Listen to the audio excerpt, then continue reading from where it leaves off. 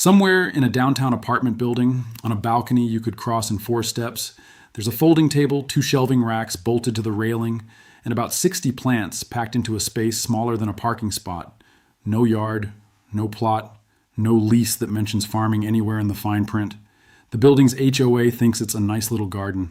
What it actually is a business that cleared $3,200 last month, and the woman running it has never once owned a shovel.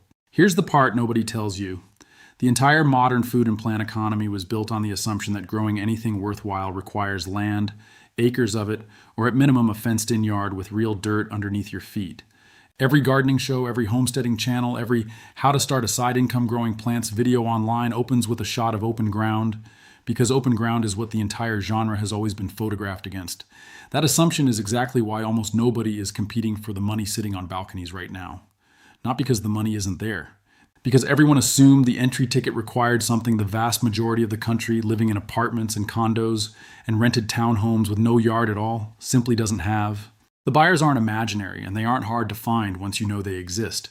Restaurants, plant collectors, neighbors too busy to garden themselves, subscription box customers who've never grown so much as a basil plant, they're already looking for exactly what a balcony produces. Most of them just don't know where to find it yet because almost nobody is standing on a balcony making it for them. That's not a metaphor. That's a literal unmet supply gap sitting 12 feet above street level in nearly every city in the country, on railings people walk past every single day without ever once looking at as anything other than a place to keep a bike. Stay with me, because the numbers on this list climb fast, and the smallest one still beats what most people make, babysitting a hobby garden for $0 a year.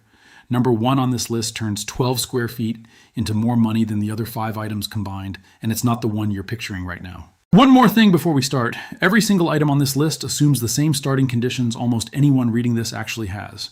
A rented apartment, a balcony you're not allowed to modify structurally, no permission to install anything permanent, and a landlord who has never once been told any of this is happening. Nothing here involves construction. Nothing here involves a permit. If it can survive a lease renewal walkthrough without a single question being asked, it made the list. If it couldn't, it didn't make the cut. Let's start at the bottom and work up. Number 6, Microgreens, $150 to $300 a month. Start here because it's the cheapest entry point on the entire list, and because it teaches you the one principle that makes every other item on this list work. The price of a plant has almost nothing to do with how big it is. A microgreen is not a baby vegetable in the way most people assume. It's a seedling harvested at the exact moment its first true leaves appear, somewhere between 7 and 21 days after the seed goes into the tray, depending on the variety. Sunflower shoots, pea shoots, radish, broccoli, a mix people call spicy salad. None of it needs soil in the traditional sense. A thin layer of coconut coir or a reusable grow mat, a shallow plastic tray, a shelf, and a grow light or a south-facing window is the entire setup. No yard has ever been required for this. It was never designed for one. Restaurants pay attention to 2 things when they buy microgreens: consistency and freshness measured in hours, not days. A chef who orders from a distributor is getting greens that were cut 2 or 3 days ago, shipped in a refrigerated truck, and handled by 4 different people before they land on a plate. A chef who orders from someone 1 mile away, growing on a balcony, gets greens cut that same morning. That freshness gap is the entire business. It's why a distributor sells a pound of sunflower shoots for $8, and a balcony grower 2 blocks from the restaurant can charge $12, and still be the cheaper, better option once you account for what the chef was throwing away from wilted distributor greens. The setup: 4 to 6 trays in rotation, staggered a few days apart so you're always harvesting something. A single 10 by 20 tray of sunflower shoots yields roughly half a pound to 3/4 of a pound at harvest and costs under $1 in seed to grow.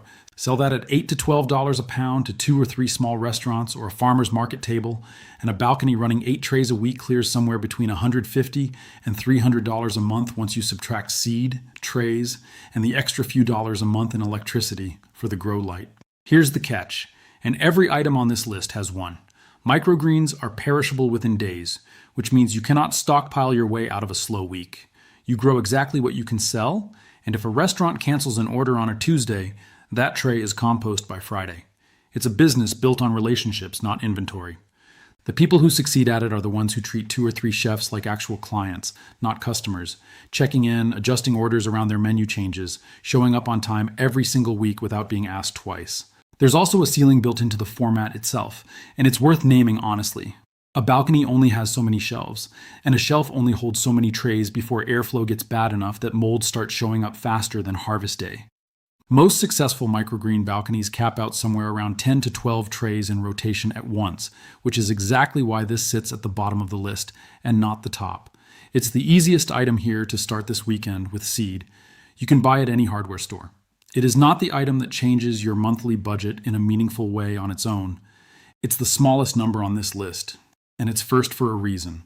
Small trays, short cycles, real cash, almost no learning curve. Everything after this is the same underlying principle. Grow something perishable and premium, close enough to the buyer that distance itself becomes the product, just working on a longer clock with a bigger payout each time. Number 5, balcony-grown culinary herb subscriptions, $300 to $500 a month. Now a trade that runs almost entirely on convenience, and a market that's hiding in plain sight in your own neighborhood. A culinary herb subscription is exactly what it sounds like. A household pays a flat monthly fee, and once a week a small bundle of fresh-cut herbs, basil, thyme, rosemary, mint, chives, whatever's thriving that week, shows up on their doorstep or in their inbox as a pickup notice. It sounds almost too simple to be a business, and that's exactly why it works. The customer isn't paying for the herbs. So a bunch of basil costs $2 at any grocery store. The customer is paying to never again buy a whole plastic clamshell of cilantro for a recipe that calls for 2 tablespoons, use it once, and watch the rest turn to slime in the crisper drawer within a week. The mechanics. A balcony running 6 to 10 large containers, each one a different herb, planted in a soil-based potting mix rather than anything hydroponic, because herbs grown a little slower in real soil hold their essential oils, their actual flavor, better than anything rushed along in water. Basil and mint are cut and come again, meaning the plant keeps producing new growth for months, as long as you harvest correctly, pinching just above a leaf node rather than hacking at the stem. Rosemary and thyme are slower, but need almost no attention once established, which frees up your time for the herbs that need weekly cutting. A subscription runs somewhere between $20 and $35 a month per household, depending on bundle size, and a single balcony with 10 productive containers can comfortably supply 12 to 18 households on a rotating weekly harvest schedule. Do the math on that, and you land somewhere around $300 to $500 a month, and almost the entire thing is profit once the containers and soil are paid for in the first season. Because herbs, unlike most vegetables, keep producing rather than needing to be replanted. The part almost nobody accounts for going in. Acquiring the first 15 subscribers is the actual job. Nobody searches herb subscription near me. You get them by putting up 3 or 4 flyers at the entrance of your own apartment building, posting once in the neighborhood app everyone already checks, and doing the first 2 months at a steep discount just to get people used to having fresh herbs show up without thinking about it. After that, the churn drops to almost nothing, because once a household stops buying dying grocery store herbs, they genuinely don't go back to the plastic clamshell. It's the same reason people who switch to fresh ground coffee rarely switch back to the can. There's a second layer to this one that most people miss entirely, and it's the difference between $300 a month and $500. Restaurants buy herbs too, but they buy them differently than households do. Not a flat weekly bundle, but whatever the kitchen actually ran short on that specific week, sometimes with less than a day's notice. A balcony grower who keeps a loose relationship with one small restaurant, checking in by text 2 or 3 times a week rather than running a formal contract, can pick up an extra $60 to $100 a month just filling the gaps a distributor's minimum order size won't cover. It's inconsistent income, which is exactly why most subscription box operators ignore it. It's also close to free money for anyone already growing the herbs regardless. Herbs are patient. They don't demand attention the way vegetables do, and unlike microgreens, a herb container doesn't need replanting every couple of weeks. It just needs harvesting correctly so it keeps producing instead of going to seed and stopping. That patience is what let this one edge past microgreens on the list. Less daily labor, steadier income, a customer who renews without being asked. Number 4, vertical strawberries and dwarf tomatoes for the farmer's market, $500 to $800 a month. Here's where balcony growing stops looking like a hobby with good marketing and starts looking like an actual small farm, just one turned 90 degrees. The problem every balcony grower runs into eventually is footprint. You have square feet, not acres, and a tomato plant sprawling across the ground the way it would in a real garden is a luxury nobody on a 12x6 balcony can afford. The fix is older than it sounds. Vertical growing, stacking production upward instead of spreading it outward, has been used in cramped urban spaces for well over a century, long before anyone called it a trend. a wall-mounted or freestanding vertical planter, the kind with staggered pockets running 4 or 5 tiers high, turns a single square foot of floor space into 4 or 5 square feet of actual growing surface. Strawberries are the ideal crop for this because they're shallow-rooted, they don't mind hanging slightly over the edge of a pocket, and a single, well-maintained plant can produce for 2 to 3 years before it needs replacing. Everbearing and day-neutral varieties, specifically, are worth the small premium over the classic June-bearing types found at most garden centers, because they'll keep setting fruit steadily from late spring straight through the first frost instead of dumping the entire harvest into one 3-week window and going quiet for the rest of the year. Dwarf and determinate tomato varieties, the kind bred specifically for containers rather than sprawling vines, do the same job 1 tier down, needing only a 5-gallon container and something to climb. A vertical tower, running 20 to 30 strawberry plants alongside 4 or 5 dwarf tomato plants in adjacent containers, watered on a simple drip system so you're not hand-watering 40 plants individually every morning before work, produces a genuinely surprising volume by midsummer. Strawberries at a farmer's market sell for $6 to $8 a pint, and a healthy plant in its second season can produce close to a pint a week during peak season. Multiply that across 25 plants in a 10 to 12 week peak season, and you're looking at a real number, even before the tomatoes, which sell at farmers markets for $3 to $4 a pound specifically because they're a variety nobody's grocery store carries get added on top. The catch here is patience of a different kind than herbs require. Strawberries planted from bare root crowns in spring won't produce a meaningful harvest until their second season. Most people give up in year 1 when the yield looks disappointing and never make it to year 2 when the same plants suddenly triple their output. The growers who actually hit the $500 to $800 range are the ones who treated the first season as an investment they weren't allowed to touch, not a return they were owed immediately. There's also a physical limit here that doesn't show up in any of the enthusiastic vertical gardening posts online. Weight. A saturated 5-tier planter loaded with wet soil, plants, and fruit is heavier than most people estimate, sometimes well over 100 pounds fully watered, and most rental balconies have a posted or unposted weight limit that a management company will absolutely enforce if anyone ever complains. The growers who avoid a very awkward conversation with a building super are the ones who check their lease's balcony load rating before they buy the tower, not after it's already bolted to the railing and full of soil. This is also the first item on the list that requires an actual sales channel outside your own building. A farmer's market table or a standing arrangement with a small grocery co-op that sells local produce on consignment. That's more work than a subscription box, and it means showing up in person on a fixed schedule whether you feel like it or not. It's also exactly why the number on this one is higher than anything above it on the list so far. Number 3. Cut flowers by the bucket. $700 to $1,100 a month. Somewhere around this point on the list, the balcony stops looking like a garden that happens to produce a little income and starts looking like the thing it actually is, a business that happens to have a railing around it.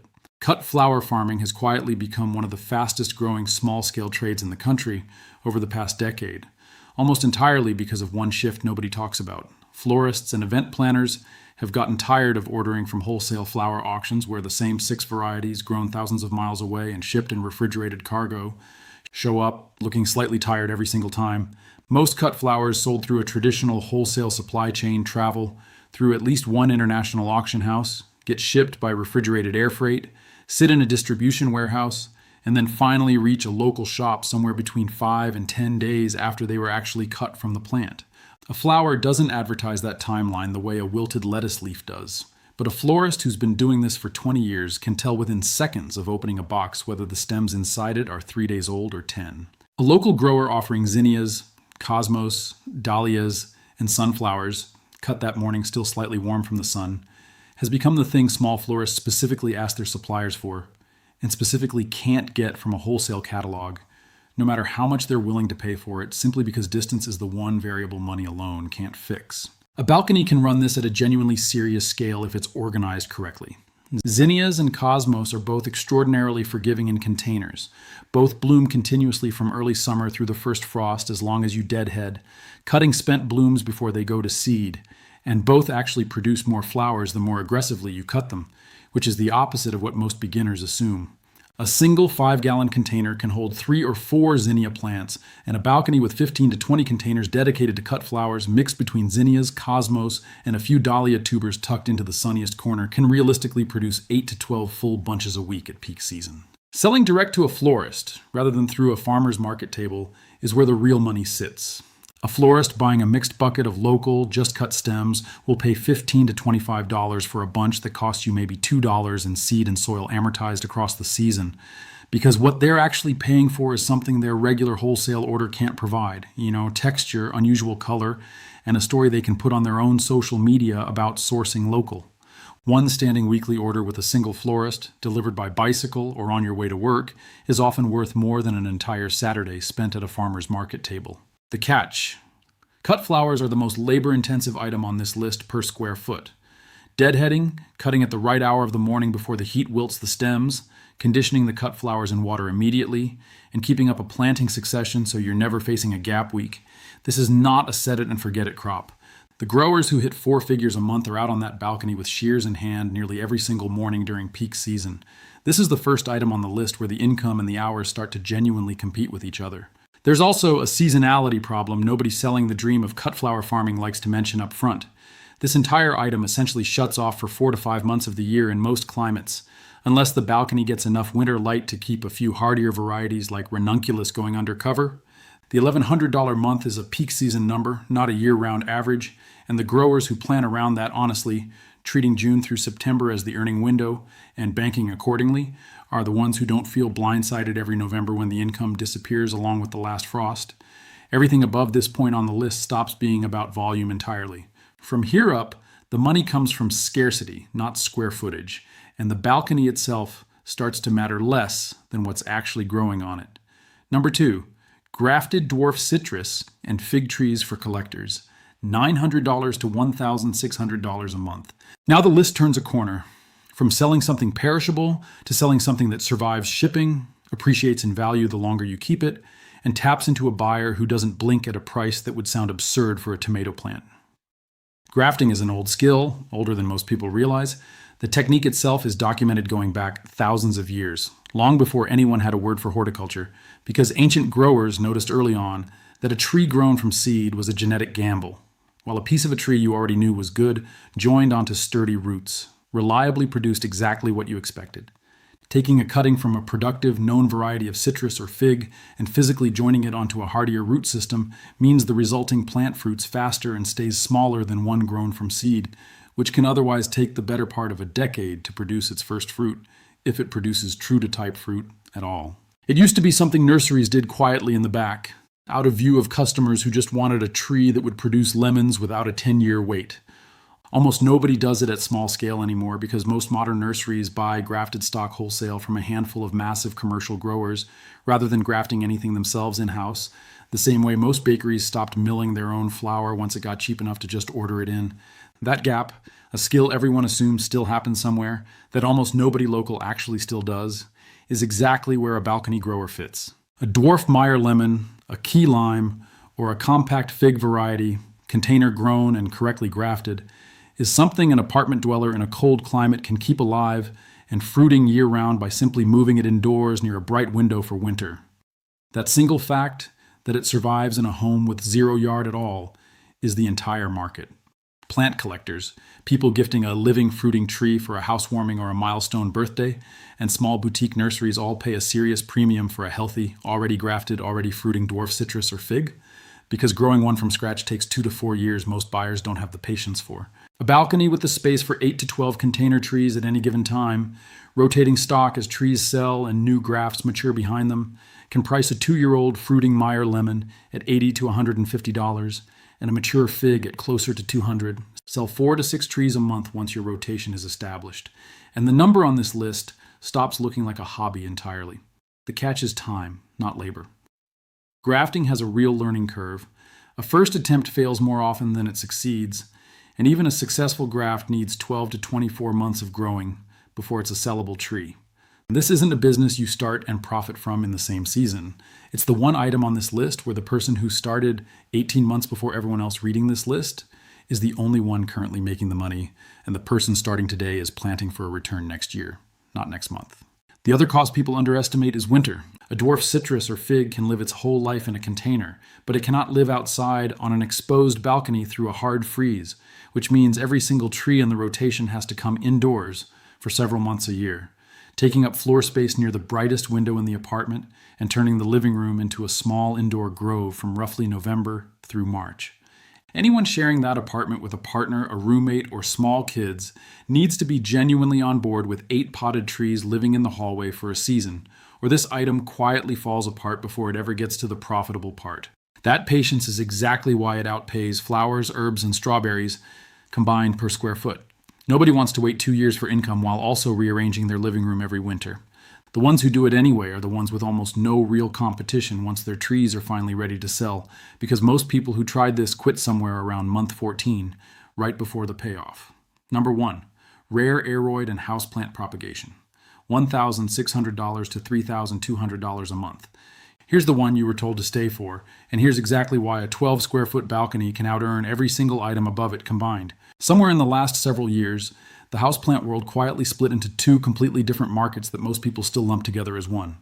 There's the ordinary market, pothos, snake plants, spider plants, the kind sold in 6-packs at any big box store for $8 each, where margins are thin and competition is everywhere.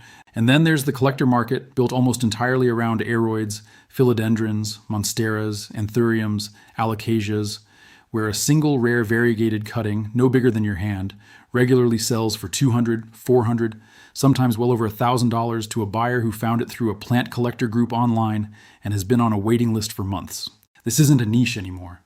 It's a real, documented, extremely active resale economy, and almost none of the supply comes from big commercial growers, because tissue culture labs producing plants at scale can't replicate the specific, unstable genetic variegation patterns that collectors actually chase.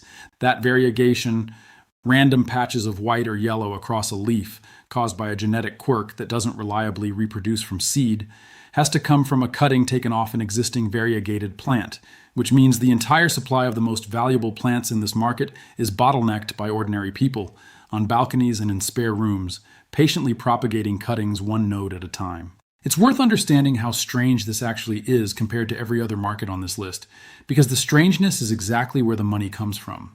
A tomato is worth roughly the same whether it's grown in a backyard, a greenhouse, or an industrial farm. The plant is the plant, and price is set mostly by freshness and locality. A variegated aroid isn't priced like that at all. It's priced almost like a piece of art or a trading card, individual, non-reproducible from seed, and worth whatever the specific collector community currently believes it's worth, which can be 10 times higher for one particular clone of a plant than for a nearly identical looking one that just doesn't have the right documented lineage. 2 philodendrons that look almost the same to an untrained eye can sell $50 apart, purely because one traces back to a specific, well-known mother plant that collectors already recognize and trust, and the other doesn't. The setup requires almost none of what people assume a serious grow operation needs. No yard, obviously. Most of this happens indoors near a bright window or under a single grow light, with a handful of plants clustered on a balcony shelf for the brightest hours of the day, a single well-established variegated monstera or philodendron, kept healthy and allowed to mature over 12 to 18 months, will regularly throw off 2 to 4 sellable cuttings a year, each one containing at least one node and a piece of leaf, rooted in water or sphagnum moss over a matter of weeks before it's ready to ship. Do the actual math on this because the number sounds implausible until you see it laid out. A single rooted cutting of a genuinely rare, stable, variegated variety sells for anywhere from $150 to over $1,000, depending on how sought after that specific pattern is that particular season, because unlike almost every other item on this list, this market runs on trend cycles the way sneakers or trading cards do. A balcony maintaining 6 to 10 mother plants across 2 or 3 in-demand varieties, propagating consistently and selling 4 to 8 cuttings a month through a plant collector marketplace or a dedicated social media following is how a 12 square foot corner of an apartment balcony out-earns a farm stand, a flower subscription, and a citrus tree operation combined. Compare that directly to the microgreen tray sitting all the way back at number 6, and the entire shape of this list snaps into focus. A tray of sunflower shoots takes up roughly 2 square feet and sells once, for a few dollars, before it's gone for good.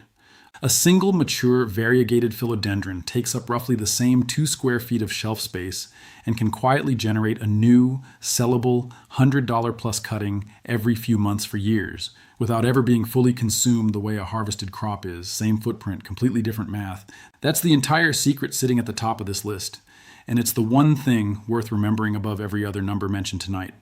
The catch, and it's a real one, this is the single riskiest item on the entire list. Prices in the collector plant market move fast, sometimes dropping by half within a season, when a variety goes from scarce to merely uncommon, as more growers catch on and flood a marketplace with cuttings all at once. A mother plant can also simply lose its variegation, revert to solid green, for reasons that still aren't fully understood, wiping out months of anticipated income from a single plant overnight.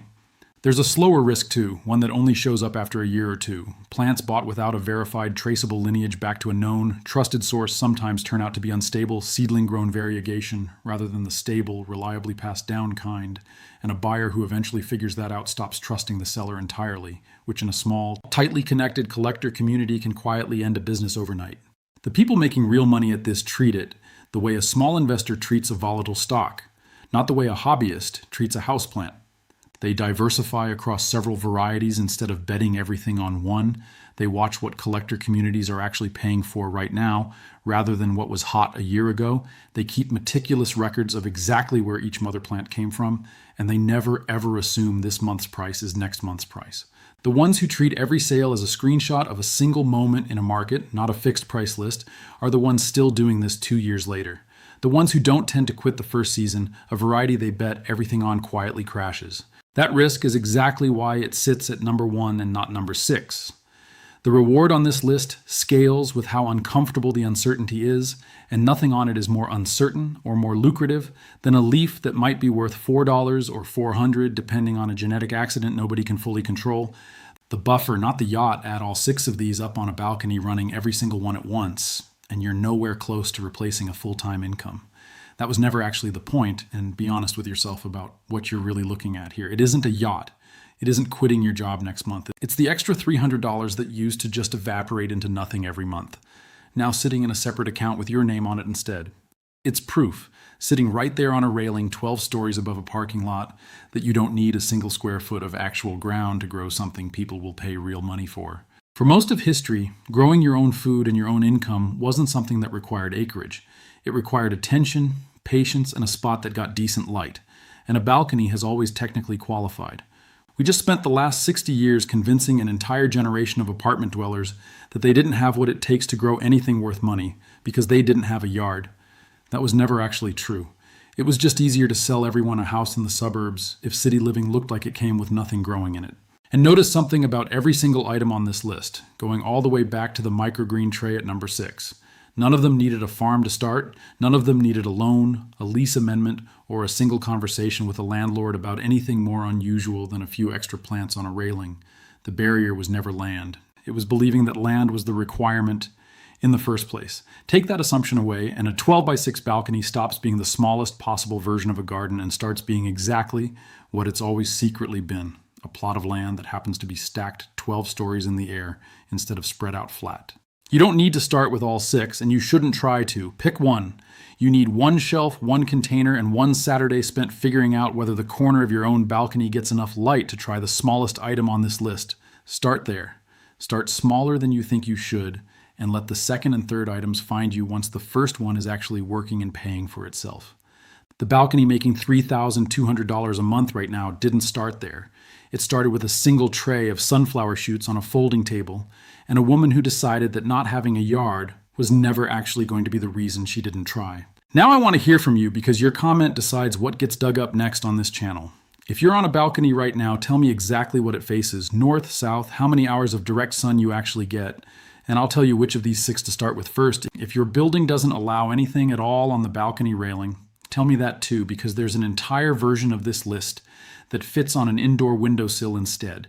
And enough of you asking for it in the comments is exactly what gets it made. And if you've already got one of these 6 running on your own balcony, don't just scroll past this part. Drop the number below and tell me what it's actually paying you, good or bad, because the honest numbers from people actually doing this are worth more than anything I can tell you from a video. I read every single comment, and it's exactly what decides which forgotten trade gets dug up next, right here on this channel. If this video showed you money sitting somewhere you genuinely never thought to look before today, hit subscribe.